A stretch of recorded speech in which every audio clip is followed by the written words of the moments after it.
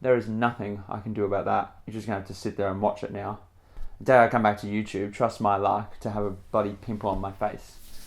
You fucking idiot. I don't even own makeup to get rid of it. Should call it drag queen.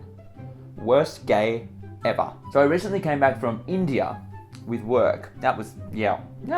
You can see where this is going. But the foreshadowed title is actually only one part of this multifaceted story where I just seem to have a lot of bad luck on my trip home. Let me start from the top. So I was flying out of Mumbai all the way back to Melbourne, and out of pure vanity, I decided to take a really long route home because I was so close, well I am still so close to getting platinum status on my Qantas freaking flyer. So hence I just booked that because it's going to expire soon and I wanted to get up, you see where this is going. And as a result, the flight I booked was leaving at 3 a.m. on a Saturday morning. Idiot. So on the Friday, all the events that we had done for the client were all over, and we were all drinking, eating, having a great little celebration. So, had a glass of red wine. Lovely. That was done. Have another glass of red wine. Lovely. Have a third glass of red wine. Bit of food. Lovely. Have a fourth glass of red wine. Bit more food. Lovely. And then there's a point where the table I'm sitting on, all the people are kind of peeling off, either getting flights or going to bed or whatever they're doing. So I get up and go to another table where we've got more colleagues, and they've all got a shot in front of them, a shot of Jaeger, and one of them goes, oh, 2 more shots for you, me and my work colleague, and 3 seconds later, in India, they serve you like that. So off I go, knock it back, finish the do you want another glass of red wine? Sure, I'll have another glass of red wine. 5 glasses of red wine, that is a whole bottle for those of you playing at home. Then I finished that glass of wine, and more shots come out. They were going to do shots of tequila, and I said no. Now keep in mind, I needed to leave for the airport at about midnight. It's about 10:30 at night at this point. So I do another shot of Jaeger because, crazy. And then I stupidly asked someone on the table what they're drinking, because I don't know what it is. So I go, oh, what's that? And they go, I don't know, gin something. Here, try it.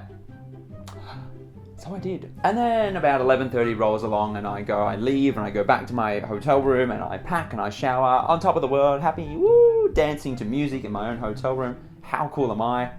I go downstairs and check out. God knows what the woman said to me when we were doing the bills. I hope I paid the right bill. And when you go in, like in India, there's just like so many people to do everything for you. It's almost like you can't do things yourself. And as I checked out, someone took my bag and took it to the car. Off it goes. Checked out, and I was escorted to the car, and the guys, oh, I hope you enjoyed your stay, Mr. Green. When will we expect to see you again? I don't fucking know. I was too drunk to remember what I said to him. But I wasn't as drunk as I thought, because when we got to the car, the driver got out and said, oh, would you like to put your backpack in the boot, sir? And I said, sure, why not? Woo! Open the boot, no suitcase. And I'm like, where's my suitcase? It shouldn't be in here. And the guy that escorted me out goes, oh my goodness, sorry sir, that's your car over there. And I could see like 10 meters in front, there was a car with a boot open with my bag in it. Good thing I'm paying attention, but I was a little too drunk to care. I was just like, nah, no worries, let's go, woo! Drive to the airport, check in, go through security, go through passport control. It's all happy days. And I was given like this lounge pass because wanker. And I get into this lounge, and everything's over the top in India. So the everything's made of like marble and granite. It's probably not marble, but granite in this, like even the floor is granite. It's really, really hard and really slippery. So I put my bag down and I go to get some food, and I can see sort of off to the side, down like one of the other aisles, that there's a bit of water, and I'm like, oh, don't tread on that. Go around it, get my food, and I come a different route back to my seat. Not paying any attention, focused on the food, focused on what's going on around, I walk straight onto this puddle of water and hit the deck. And I don't mean just sort of fall and catch myself, I mean completely flatten onto the ground. I land solid on my knee on this granite. The plate goes forward, the food goes everywhere, and I somehow landed on my side and have a huge bruise. I'll try and show you. Oh god, this is more difficult than I thought. What? There it is. Look at that! Same thing on my knee. And everyone's gasping and everyone's going, oh my god, sir, are you okay? No one fucking helped me, by the way. And when something like that embarrassing happens, you try and make it seem like you're fine. Oh yeah, no worries, I'm fine. I clean everything up, take it back, get more food, go back to my seat. And you can sort of feel the stinging, and it's like, oh, it's a bit sore. And I've got like 45 minutes to my flight. So I'm like, oh, I'll just take a 30-minute nap. Idiot. So I set my alarm on my phone and I sort of lay on the couch and hold my phone so that it when I'm asleep and I wake up. So I fall asleep / passed out and I wake up and the lounge is empty. Like completely empty. And I'm like, oh my God, I've slept for like 4 hours and missed my flight. I look at my phone and it's 1 minute before the alarm was meant to go off. And I'm like, oh, that's a bit weird. And at that moment, the sick feeling starts to come up into my stomach. And I start to panic going, oh my God, this can't be happening. And I quickly grab my stuff and shove it in my bag. There's a guy working at the lounge coming up to me going, are you flying to Frankfurt? Are you flying to Frankfurt? I'm like, no, I'm going to Colombo. Just let me go. He's like, oh, whatever. And I sort of glide my way to the toilet because I don't want to hit the deck again. Go into the bathroom and I'm sitting on the toilet, TMI, but it's going to get worse. And I'm just like breathing. There's a bin there, breathing, nothing happens. I managed to just avoid it, but I still feel like awful. I sit there for like 10 minutes, time to get on my flight. Okay, flight, let's go. We've got a plane to catch. So I get up, clean myself up, and I leave feeling like shit. I get to the gate, go through the gate, get on the plane, and I'm the first seat. I'm 1A. So I sit down and feeling like crap. Everyone's still getting on the plane. I just sort of do this on the armrest like that and just close my eyes. And I must have fallen asleep for maybe 3 minutes, 4 minutes. And as soon as I woke up, I kind of jolted myself awake. Everyone had stopped getting on, but that sick feeling started to come up and much worse than last time, to the point where instantly I knew I'm going to spew. I've never spewed on a plane before, ever. I take stupid amounts of flights, never ever spewed on a plane. There's no sick bag in front of me. And I'm like, I'm going to have to go to the bathroom. The door's still open, so they haven't taken off yet. I open up, I undo the seatbelt, run to the bathroom door, which is next to like the cockpit door, occupied. Only my luck, it would be occupied. And I'm like, oh my God, what do I do?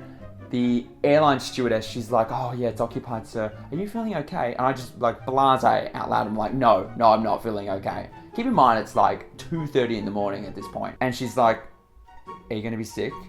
And I didn't even respond. I started going like that. Like it was coming up. And she like opens all these doors and pulls these trays out, gets a plastic bag, a big long like bin bag, gives it to me. And I crouch down next to the emergency exit behind the bulkhead, stick my face in it and just spew everywhere in the bag. Like I had to try and mask it because I didn't want to see like two embarrassing moments during, well, probably multiple embarrassing moments during this night, but spewing everywhere, not holding back. And she's like passing me a napkin and passing me a bottle of water and all that sort of stuff. She was very helpful, but I was so embarrassed because I'm in like the first seat as well. Although I'm hiding behind the bulkhead, it's pretty clear what's going on.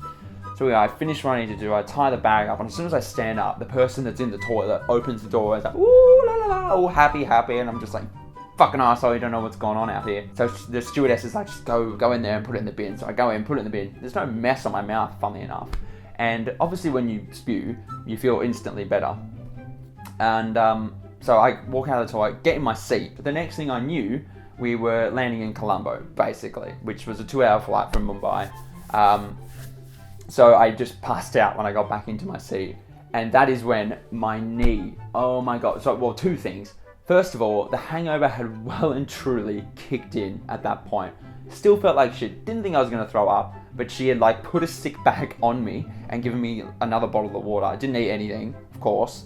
And my knee was absolutely killing me. I couldn't extend it out at all. I would get to about, 90 degrees and it would just be so much pain. I felt like I must have cracked it or something. So I get off the plane, I'm feeling like shit. I'm in Sri Lanka now because, idiot! And I'm waltzing through the airport. I'm like going to find a bathroom. I do what I need to do. I get out of the bathroom. I find another lounge because I'm a tosser. And I'm sitting there like this, just like, oh my God, kill me. It's like 6 o'clock in the morning. All the people in Australia are well and truly awake by now because they're like 4.5 hours ahead. I'm sinking, and all I can smell is they've like cooked eggs and breakfast. It makes me just want to spew. I even went to the bathroom and I was going to wash my hands, and it was one of those automatic sensors.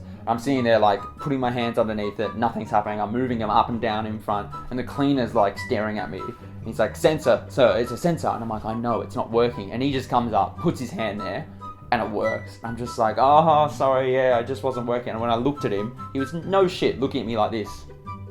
Like I was some sort of absolute freak. And before we got on the flight, I had to eat something. I knew I had to eat something. So I had like a little sandwich and a coffee, which does help. Got on that flight. That was pretty uneventful. My knee is still fucking killing me. I watched John Wick 2, great movie, watch it if you haven't. And when I got to Singapore, I had a 7-hour layover. Oh god, if I wasn't hungover or sick, this would have been fine because Singapore airport's entertaining, but when you're hungover, not a good idea. 7 hours I had to kill in Singapore. I went to the butterfly enclosure, that was fun. Although the floor was all wet, so I'm like holding on to everything going, shit, don't fall over, don't fall over. You can't crack your skull and I'm gonna be like an absolute war case when I get home. I even went to the cinema that's in the airport, watched The Great Wall. That's a terrible film, by the way. And I got on this flight, this overnight flight back to Melbourne and slept almost the entire way home. And then my Sunday was, I was trying to still recover. Took a lot of naps and my knee, I couldn't walk properly. I went later in the week, I went to see It. I see a lot of movies. And by the time the session had finished in the cinema, I could not walk through the shopping centre. I was in so much pain. I looked like House. I needed like a walking stick and just shout abuse at people. That'd be good. So there's the moral of the story. Don't get on a flight either drunk or hungover because it is 10 times worse when you're altitude. If you've ever had a similar flying story or a worse flying story, a drunken story, hungover story on a flight, please write it below. I want to hear them because they're all kind of hilarious. They're terrible at the time, but they are kind of hilarious in hindsight. It's good to be back and thank you for watching as always, despite the fact it's been like, I don't know, 4 months since I've got a video up. But it's spring here in Australia now, so you can probably see the sun is shining on my face, shining on my pimple, and hopefully that means the mood is rising. I spent most of our winter just gallivanting away from it because I hate it, and our winter's really not that bad in comparison to most of the world. Thanks for watching, and until next time, that's a wrap.